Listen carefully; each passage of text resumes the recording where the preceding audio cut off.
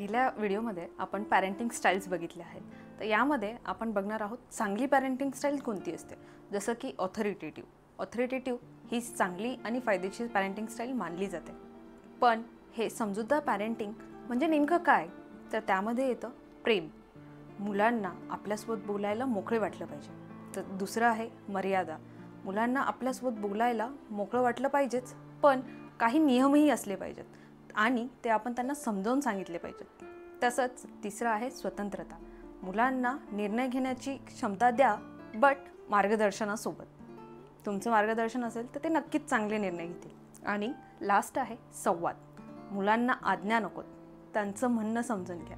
मुलांचं म्हणणं समजून घेत तुम्ही संवाद करा. संवाद हा खूप महत्त्वाचा आहे. अशा प्रकारे वाढलेली मुलं ही भावनिकदृष्ट्या आणि आत्मनिर्भर आणि जबाबदार बनतात.